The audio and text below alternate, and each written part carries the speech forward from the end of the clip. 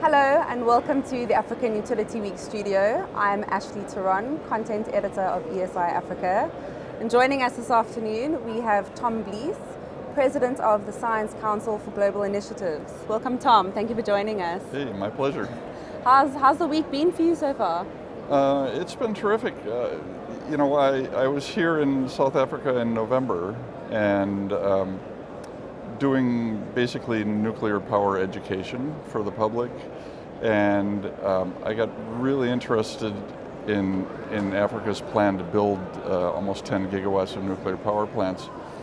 And I thought that it's helpful if the information that they're getting about what type of systems they might want to build, if they'd get some of that advice and consultation from people who weren't trying to sell them nuclear reactors. And I'm the president of a nonprofit organization. It's basically a think tank of mostly scientists. And I was hoping that I could talk with some policymakers here and kind of give them a broad overview, not only of what's available today, but what's coming around the corner. So it's been good. The conference here has given me an opportunity to network, meet a lot of new people, and things will go on from here.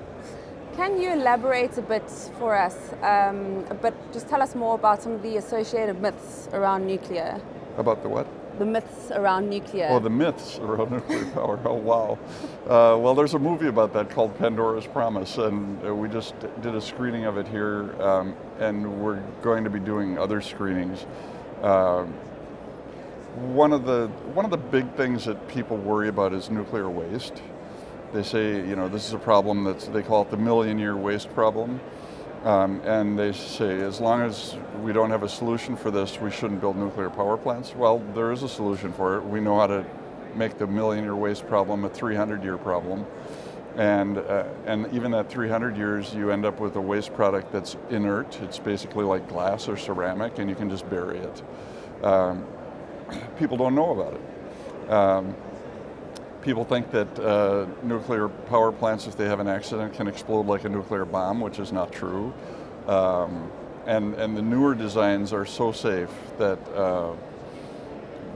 they're virtually foolproof. You can walk away from them if they have a nuclear accident. So they operate at atmospheric pressure.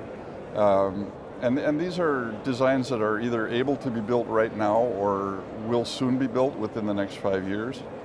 So there's a lot of opportunity for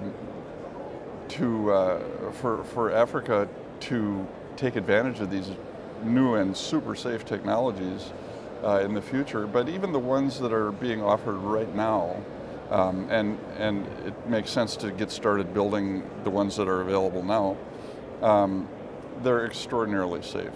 And I would encourage people to look up the movie Pandoras Promise if they can't come and see one of the screenings that we're doing. We're doing some in Elizabethtown and Johannesburg as well. You can find it on iTunes or probably YouTube or wherever. And what is the motivation behind Pandoras Promise? The maker of Pandoras Promise, Robert Stone, his previous movie was about the environmental movement, the rise of the environmental movement, called Earth Days. And he followed the path of several people who were kind of iconic figures in environmentalism in the world. And then he was very concerned about climate change and realized that nuclear power was probably going to be really necessary. And he had been basically anti-nuclear. His first movie was about nuclear testing.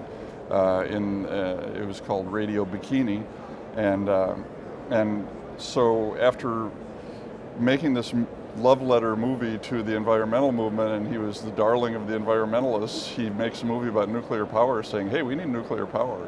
And so, because he wants to deal with climate change, and he sees that if you want to run modern societies with clean energy, that there really isn't an option, that renewables, wind and solar particularly, are simply incapable of doing it. And in the African context, why would you say that we need nuclear? Well, because you need every society that wants to run industries and have reliable power needs what's called baseload power. You need power that you can call upon it at any time and it'll be there for you. Renewable energies, wind and solar, are just there when the wind blows or the sun shines, and there's times when the sun isn't shining every night, and also when it's foggy. And there are times when the wind isn't blowing, and there are times when the wind isn't blowing and the sun isn't shining. So you essentially need to have so-called backup power that's capable of producing as much energy as your society needs, even at the peak moments. And nuclear power can do that. So, you know, you can try to use fossil fuels. They work fine, except there are big problems with fossil fuels, even over and above the climate change issues. Coal, for instance, the burning of coal kills a couple million people a year around the world when used as directed. So, you know, nuclear power is far superior in terms of the deaths per terawatt hour. It's even better than wind and solar. So, because people fall off windmills and fall off roofs when they're putting on solar panels, even including Chernobyl, which is the only big accident that involved the death of people. Nuclear power actually is the safest the safest energy source. And do we know how many direct deaths were caused from Chernobyl?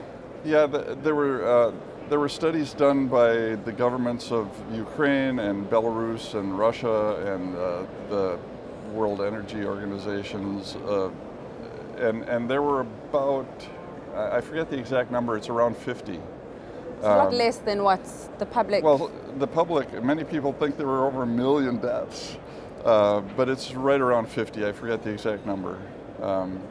And there were some cases of thyroid cancer because the people didn't get iodine tablets soon enough. But those cancers were generally treatable. So yeah, the death toll is extraordinarily small. I mean, more people die in coal mining accidents in China in a year than died in Chernobyl. So yeah. So there's a lot of concerns around the cost and the size of developing a nuclear power plant. Are we seeing smaller technologies? Are we seeing technologies that are perhaps better handling waste, looking at the recycling of waste? Right. Well, the recycling of waste, like I said, that's been solved, and the type of recycling, we actually restarted a project that had been canceled at one of the United States national laboratories back in 1994. It was canceled for purely political reasons.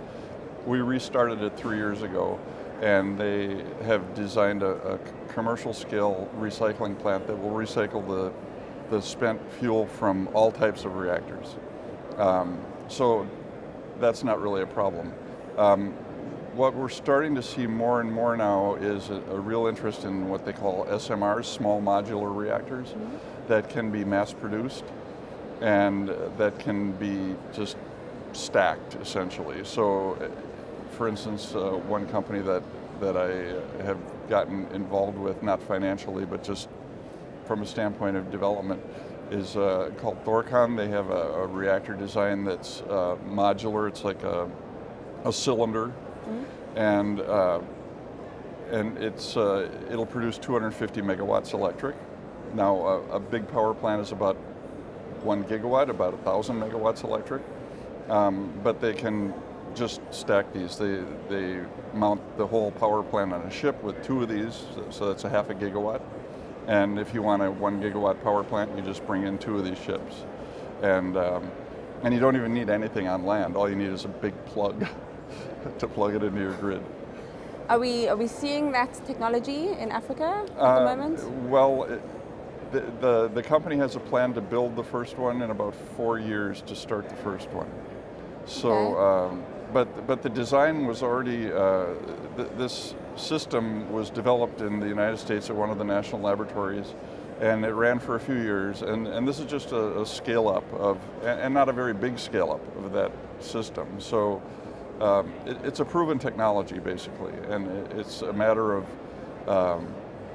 the economics, how you put the system together to make it very economical, and it's going to be extraordinarily economical. And the people who started the company are shipbuilders. They've built the world's biggest ships, so they really know. They're industrialists. They know about building big things and making them work. So this isn't like some fresh grad students with a design on a piece of paper. Sure. These guys really know how to do it. I think that's probably going to be the first small modular reactor that you see is probably going to be from them. Some exciting new developments. And if it works as planned, you know, they'll be available to start buying for countries like South Africa in 6 or 7 years. So, you know, when it comes to building nuclear in South Africa, you need energy now. It's a good idea to take some designs, some reactor designs that are proven and safe, and start building them now. But you know, if you're talking about building 10 gigawatts, I was talking to someone last night who's involved in the project here, and they say, well, we'll probably build 3 gigawatts first, and then start getting money from the electricity sales and build the next 3 gigawatts. Well, by the time you build that first 3 gigawatts, these other reactor designs are probably going to be available. So you may end up seeing South Africa build 3 big power plants, and then 5 or 6 years from now be looking at these other new technologies coming online and going, oh, we want to buy those because they're way cheaper and safer. So not to say that the reactors that are being offered aren't safe. They are extraordinarily safe. They're much safer than the reactors that are in use around the world today. They have passive safety systems that allow, in an accident, the operators to just walk away and they won't melt down. But you know, these other reactors are safer yet. So yeah, safety is something that is uppermost in the mind of a lot of people who are against nuclear power. But I think when they learn about the new type of reactors, the kind that will be built in South Africa, they'll be able to sleep easy at night. So lastly, just to end off, do you think that South Africa is ready for the uptake of new nuclear power? Oh yeah, very definitely. Now, the policymakers and people involved in the program that I've talked to, they don't want to be the first to do a design. They want to use proven designs, and sure, that makes a lot of sense, yes, right? Although, you know, there are some new designs that haven't yet been built, like General Electric has one that just got certified by the Nuclear Regulatory Commission in the States. That would probably be a great reactor for South Africa to build, but there's a reluctance to do that, and it's understandable.